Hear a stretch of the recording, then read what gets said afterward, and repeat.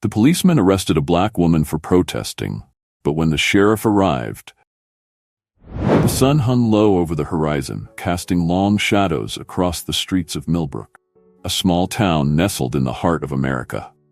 Officer James Cooper sat in his patrol car, eyes scanning the quiet streets with the intensity of a man on a mission.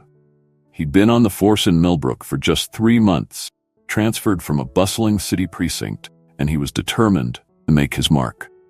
"You know, Cooper," came the voice of his partner, Deputy Sarah Martinez, from the passenger seat. "Sometimes a quiet night is a good night."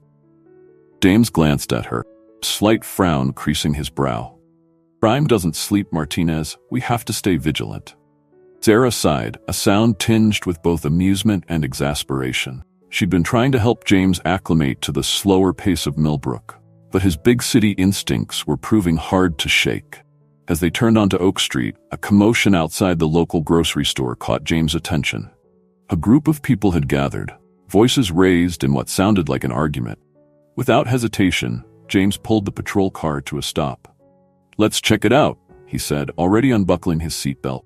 Sarah nodded, following his lead, but with a cautious, "Remember, we're here to de-escalate, not make things worse." As they approached the scene, the raised voices became clearer. At the center of the group stood a black woman, her stance defiant as she faced off against the store manager. "I've told you, Mr. Hanson, your prices are gouging this community," the woman was saying, her voice firm and articulate. "People can't afford to feed their families with your inflated costs." The store manager, a balding man in his 50s, threw up his hands in frustration. "I've told you, Miss Johnson, my prices are fair. If you don't like them, shop somewhere else."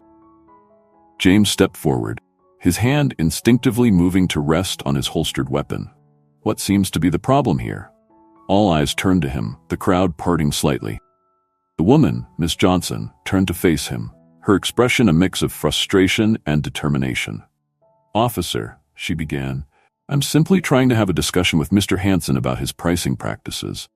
This store is the only grocery option for many people in this neighborhood, and the prices here are significantly higher than in other parts of town." James nodded, his face a mask of professional neutrality. "I see. And you thought the best way to have this discussion was to cause a disturbance outside his store?" Miss Johnson's eyes flashed. "Peaceful protest is not a disturbance, officer. It's our right as citizens to voice our concerns." "Be that as it may," James replied, tone cooling, "you're blocking the entrance to a place of business and causing a scene. I'm going to have to ask you to disperse." The woman stood her ground, crossing her arms. "And if we don't, are you going to arrest us for exercising our First Amendment rights?" James felt a flash of irritation. This woman was clearly looking for trouble, and he wasn't about to let her undermine his authority. "Ma'am, I'm giving you one last warning. Disperse now, or I will be forced to take action." He could feel Sarah tensing beside him, could almost hear her unspoken plea for caution. But James was focused on the woman before him, on the challenge in her eyes. Miss Johnson looked around at the small crowd that had gathered, then back at James. "We have a right to be here," she said firmly. "We're not leaving until our concerns are heard." That was it. James had had enough. In one swift motion, he pulled out his handcuffs. "Turn around, ma'am. You're under arrest for disorderly conduct and resisting an officer." A gasp went up from the crowd. Sarah stepped forward, her voice low and urgent. "Cooper, think about this. Is this really necessary?" But James was already moving, taking Miss Johnson by the arm. To his surprise, she didn't resist, but the look she gave him was one of utter contempt. "You're making a mistake, officer," she said as he cuffed her. "A big one." As James led her to the patrol car, he could hear the murmurs of the crowd growing louder, more agitated. He quickened his pace, wanting to get the situation under control as quickly as possible. Just as he was about to put Miss Johnson in the back of the patrol car, a voice cut through the noise of the crowd, deep and authoritative. "What the hell is going on here?" James turned to see a tall, broad-shouldered man striding towards them. He was dressed in civilian clothes, but something about his bearing screamed law enforcement. The crowd parted for him like the Red Sea. As the man drew closer, James saw the glint of a badge on his belt. His stomach dropped as he realized who he was looking at. Sheriff Michael Johnson. his boss. The man he'd been trying to impress since he arrived in Millbrook. The sheriff's eyes moved from James to the handcuffed woman, and something flickered across his face. Shock, anger, and then a carefully controlled neutrality. "Officer Cooper," the sheriff said, his voice deceptively calm, "would you mind explaining why you're arresting my wife?" In that moment, as the full impact of the sheriff's words hit him, James Cooper realized he had made a terrible, terrible mistake. And as he looked into the eyes of the woman he had just arrested, Amara Johnson, the sheriff's wife, and a well-known community activist, he knew that his actions had just set in motion a chain of events that would shake the town of Millbrook to its very core. Little did he know, the true shock was yet to come. A revelation that would turn everything he thought he knew about Millbrook, its people, and his own place in the world upside down. The silence that followed Sheriff Johnson's question was deafening. Officer James Cooper stood frozen, his hand still on Amara Johnson's arm, as the weight of his mistake crashed down upon him. The crowd around them seemed to hold its collective breath, waiting to see how this drama would unfold. Sheriff Johnson's eyes never left Cooper as he spoke again, his voice low and controlled. "Uncuff her. Now." James fumbled with the keys, his usual confidence evaporating under the sheriff's stern gaze. As soon as the cuffs were off, Amara rubbed her wrists and moved to stand beside her husband. "Michael," she said softly, placing a hand on his arm. "It's okay, I'm fine." The sheriff's jaw clenched, but he gave a slight nod. Then he turned to address the crowd. "Folks, I appreciate your concern, but I need you to disperse now. Mr. Hansen will be in touch about the concerns raised here today." As the crowd reluctantly began to break up, Sheriff Johnson turned back to James and Sarah. "You to my office. Now." The ride back to the station was tense. James sat in the passenger seat, his mind racing as he tried to figure out how to explain his actions. Sarah drove in silence, but he could feel her disapproval radiating from the driver's seat. At the station, they found Sheriff Johnson waiting in his office, Amara by his side. James felt a flutter of anxiety in his stomach as he entered the room. "Sit down," the sheriff said, gesturing to the chairs in front of his desk. As James and Sarah took their seats, he leaned forward, his expression grave. "Now, I want to hear exactly what happened out there. Cooper, you first." James took a deep breath, trying to keep his voice steady. "Sir, we received reports of a disturbance outside Hansen's grocery. On arrival, we found a group blocking the entrance to the store. I asked them to disperse, but Mrs. Johnson refused to comply. I felt I had no choice but to arrest her for disorderly conduct." The sheriff's eyebrow raised slightly. "No choice? Deputy Martinez, do you concur with Officer Cooper's assessment of the situation?" Sarah shifted uncomfortably in her seat. "Not entirely, sir. While there was a gathering outside the store, it appeared to be a peaceful protest. I suggested to Officer Cooper that we should attempt to de-escalate the situation rather than make arrests." James felt a surge of betrayal at Sarah's words, but before he could respond, Amara spoke up. "If I may," she said, her voice calm but firm. "We were indeed protesting peacefully. We've been trying for months to address the issue of price gouging at Hansen's through official channels, with no success. This protest was a last resort." Sheriff Johnson nodded, then turned back to James. "Cooper, do you understand the concept of community policing?" James swallowed hard. "Yes, sir. It's about building trust and working cooperatively with the community." "Exactly," the sheriff said. "And do you think arresting a respected community member for exercising her First Amendment rights builds that trust?" James felt his face grow hot with shame. "No, sir. I made a mistake. I apologize."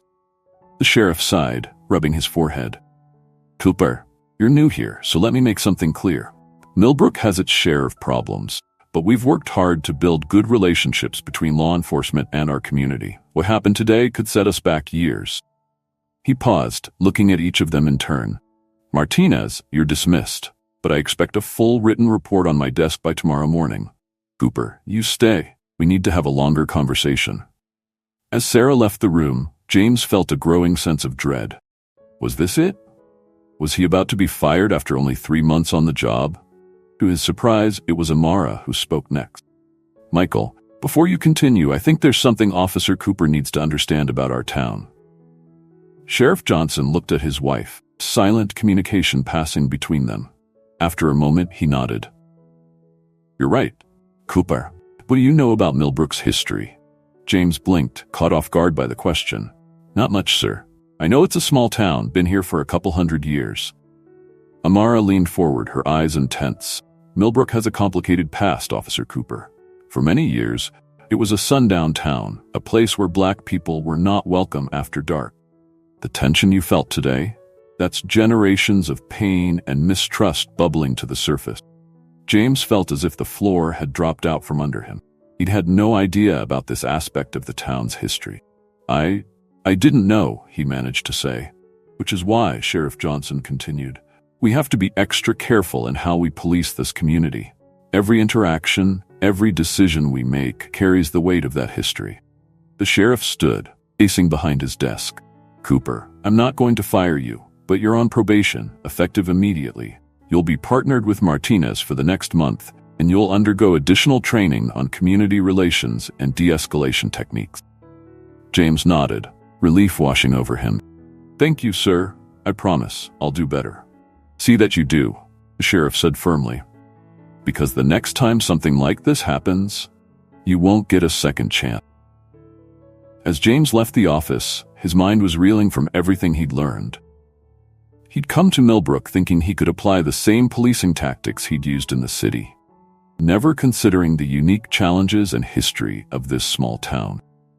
Over the next few weeks, James threw himself into his training and community outreach efforts.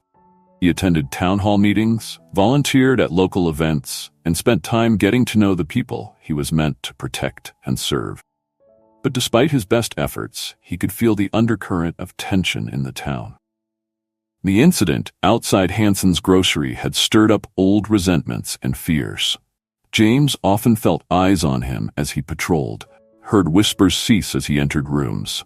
One afternoon, as he and Sarah were grabbing coffee at a local diner, he overheard a conversation that made his blood run cold.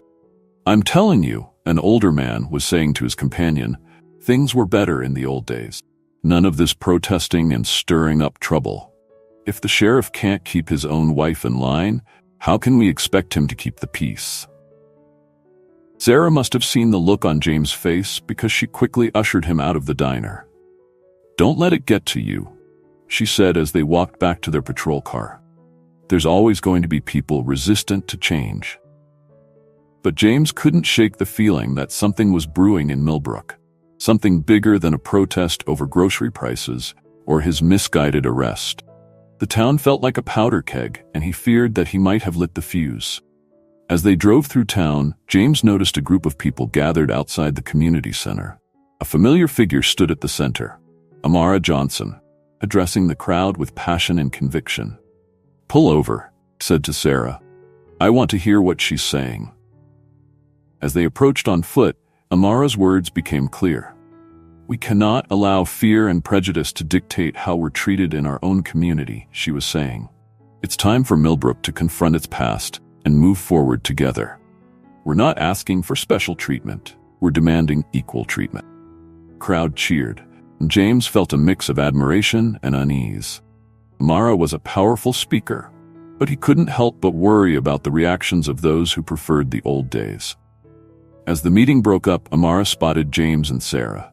To his surprise, she approached them with a smile. "Officer Cooper, Deputy Martinez," she greeted them.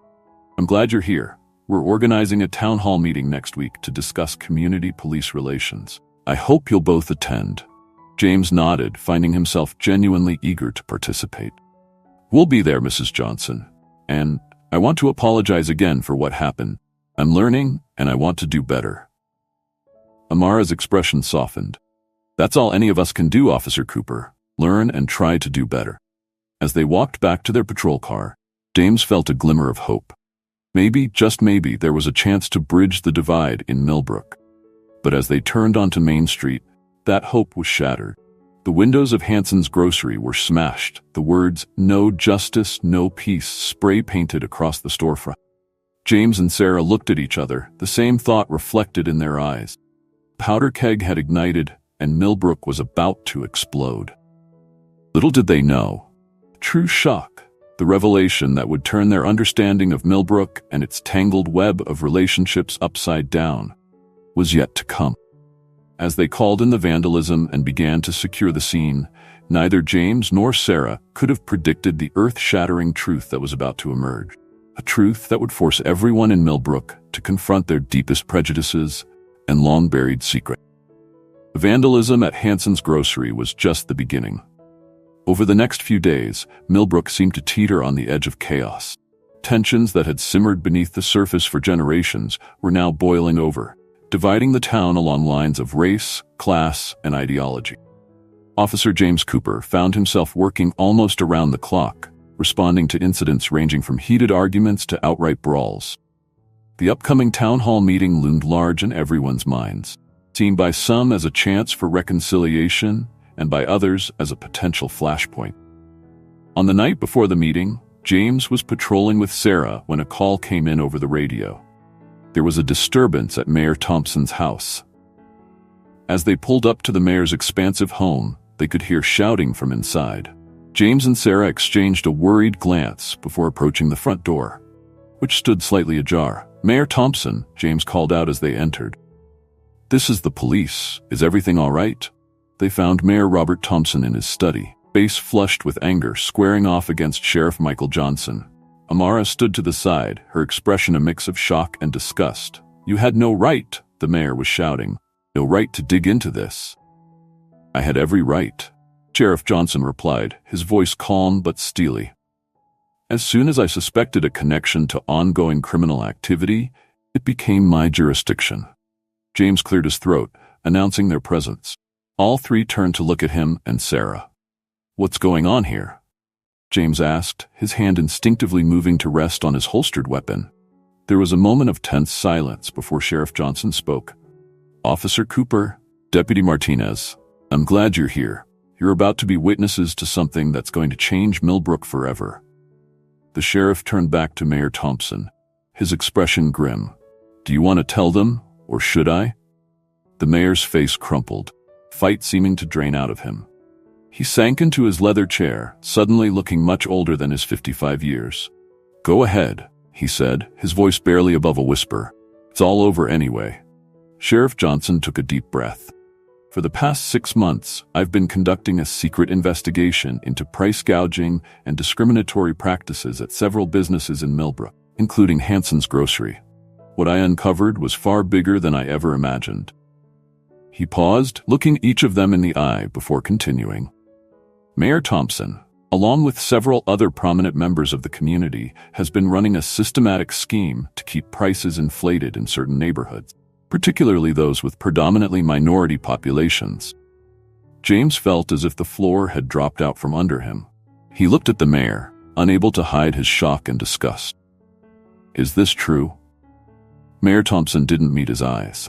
"You don't understand," he muttered. "We were just trying to keep things the way they've always been. Keep the right people in the right neighborhoods." "The right people?" Mara's voice was sharp with anger. "You mean keep black people and other minorities trapped in a cycle of poverty, unable to afford to live in better neighborhoods?" The mayor flinched at her words, but didn't respond. Sheriff Johnson continued. "It goes deeper than that.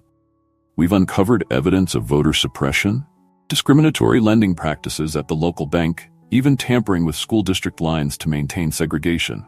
This conspiracy goes back decades." James felt his head spinning. He had known Millbrook had a troubled history, but this was beyond anything he had imagined. He looked at Sarah, seeing his own shock and dismay reflected in her eyes. "What happens now?" Sarah asked, her voice unsteady. "Now," Sheriff Johnson said, "we bring it all to light. At tomorrow's town hall meeting, I'll be presenting our findings to the community. Mayor Thompson and his co-conspirators will be facing multiple federal charges." The mayor let out a bitter laugh.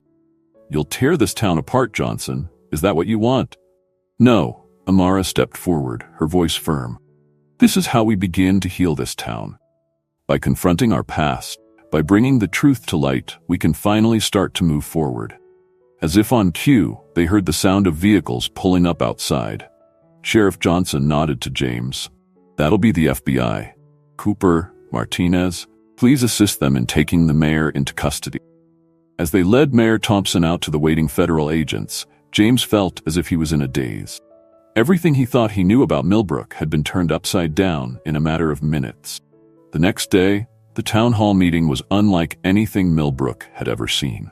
The community center was packed to capacity, with people spilling out into the parking lot, listening via hastily set-up speakers. Sheriff Johnson laid out the evidence, methodically exposing decades of systemic racism and corruption. There were gasps of shock, cries of outrage, and more than a few tears as the full extent of the conspiracy was revealed. James, standing at the back of the room with Sarah, watched the reactions of the townspeople. He saw anger, disbelief, and shame play across faces both familiar and strange. But he also saw something else, a growing resolve, a determination to do better. As the sheriff concluded his presentation, Amara Johnson took the stage. Her voice rang out clear and strong, cutting through the murmurs of the crowd. "Today, we have heard hard truths about our town, about ourselves," she began. "It would be easy to give in to anger, to let this tear us apart. But that is not the Millbrook I know and love. We have an opportunity now, an opportunity to confront our past, to make amends, and to build a future where everyone in this community can thrive." She paused, her gaze sweeping across the room. "It won't be easy. We'll have to have difficult conversations, challenge our own biases, and work harder than we ever have before. But I believe in this town. I believe in us. Together, we can make Millbrook a place we're all proud to call home." As applause erupted, James felt a tap on his shoulder. He turned to find Sheriff Johnson standing beside him. "Cooper," the sheriff said, his voice low, "I know you've had a rocky start here in Millbrook, but I've seen how you've been trying to learn to do better. We're going to need good officers like you in the days ahead. Are you up for the challenge?" James straightened, feeling the weight of the moment. "Yes, sir," he said firmly. "I am." As the meeting broke up and people began to file out, there was a palpable sense of change in the air. Millbrook would never be the same after this day. The road ahead would be long and difficult. But for the first time in generations, there was hope, real progress. James watched as people who had been on opposite sides of the protests just days ago now stood in small groups, talking earnestly. He saw tears, hugs, and handshake. It wasn't perfect. There were still angry faces and heated words, but it was a start. As he and Sarah prepared to head out on patrol, James took one last look at the community center. Amara and Sheriff Johnson stood on the steps, surrounded by a diverse group of community members, all engaged in intense discussion. In that moment, James realized that his mistaken arrest of Amara hadn't just been a personal embarrassment or a professional setback. It had been the spark that ignited a long-overdue reckoning in Millbrook. Sometimes, he thought, it takes a mistake to reveal a greater truth. With a newfound sense of purpose, James got into the patrol car. Millbrook's journey was just beginning, and he was determined to be a part of it, not as an outsider enforcing the law, but as a member of a community working towards justice and equality for all. In the days following the explosive town hall meeting, Millbrook was a town transformed. The revelation of decades-long systemic racism and corruption had shaken the community to its core. But from the rubble of old prejudices and hidden injustices, something new was beginning to emerge. Officer James Cooper found himself at the center of this transformation. What had started as a misguided arrest had snowballed into a complete overhaul of Millbrook's power structures and community relations. As he patrolled the streets with Sarah, he could feel the change in the air. Tense, certainly, but also charged with possibility. A week after the town hall, James was called into Sheriff Johnson's office. He entered to find not only the sheriff, but also Amara and several community leaders he recognized from the recent protest. "Officer Cooper," Sheriff Johnson began, "we're forming a community oversight committee for the police department. Given your unique perspective as both an outsider and someone who's shown a willingness to learn and grow, we'd like you to be part of it." James was taken aback. "Me? But sir," after what happened. Amara cut in, her voice gentle but firm. "What happened, Officer Cooper, was a wake-up call for all of us. Your mistake and your subsequent efforts to make amends are exactly why we need you on this committee." Looking around the room at the nodding faces, James felt a surge of emotion. "I'd be honored," he said. The next few months were a whirlwind of activity. The Community Oversight Committee was just one of many initiatives launched in the wake of the revelations. Task forces were formed to address housing discrimination, educational inequity, and economic disparities. The local bank was under new management, with strict oversight to ensure fair lending practices. Hanson's Grocery, the flashpoint of the initial protests, was now community-owned, with prices that reflected the economic realities of all Millbrook residents. Mr. Hanson himself, after a public apology, was working closely with community leaders to implement fair pricing strategies. But perhaps the most significant change was in the day-to-day interactions between Millbrook's residents. James noticed it on his patrols. People who had once eyed each other with suspicion were now engaging in conversation. The invisible lines that had divided neighborhoods were blurring as community events brought people together. It wasn't all smooth sailing, of course. Change of this magnitude was bound to face resistance. There were still those who longed for the old days, who grumbled about the rapid changes and the exposure of long-buried secrets. James and his fellow officers had to break up more than a few heated arguments, and there were occasional acts of vandalism against symbols of the new Millbrook. But with each passing day, these voices of dissent grew quieter, drowned out by the growing chorus of those committed to building a more just and equitable community. One sunny afternoon, about 6 months after the fateful arrest, James found himself back outside the community center. A new sign was being erected: Millbrook Center for Equality and Justice. As he watched, he felt a presence beside him. "Quite a change, isn't it?" Amara Johnson's voice was warm with pride. James nodded, a smile tugging at his lips. "It's amazing what can happen in just a few months." Amara's expression turned thoughtful. "You know, Officer Cooper, when you first arrested me, I was furious. I thought you were just another cop who didn't understand, who didn't want to understand." James felt a flush of shame at the memory, but Amara continued before he could speak. "But now, I'm almost grateful it happened. It was the catalyst we needed. Your willingness to learn, to admit your mistakes, and do better, than an example for the whole town." James was stunned. Thank you, Mrs. Johnson. That means a lot coming from you." She smiled, then gestured towards the community center. "We're having a meeting to discuss the next phase of our education reform. Would you like to join us?" As James followed Amara into the building, he marveled at how far they'd all come. The room was filled with a diverse group of Millbrook residents, all engaged in lively discussion about the future of their town. Sheriff Johnson caught James's eye from across the room and gave him a nod of approval. James felt a swell of pride, not in himself, but in this community that had faced its demons and chosen to grow. As the meeting got underway, James found himself fully engaged, offering insights from his experiences both in Millbrook and in his former big city precinct. His perspective was valued, his ideas considered thoughtfully. He was no longer an outsider looking in, but an integral part of this community's journey. Later that evening, as James walked home through the streets of Millbrook, he reflected on the incredible chain of events that had led to this moment. His misguided arrest of Amara Johnson had been the spark, but the real change had come from the collective will of a community ready to confront its past and rewrite its future. He thought about the shocking revelations, painful truths that had come to light. But more than that, he thought about the resilience of the human spirit, capacity for growth and change that he'd witnessed in himself and in the people of Millbrook. As he reached his apartment, James paused to look back at the town stretching out behind him. The setting sun painted the sky in brilliant hues, a fitting backdrop for a town experiencing its own renaissance. He knew there was still much work to be done. Old habits die hard, and systemic change doesn't happen overnight.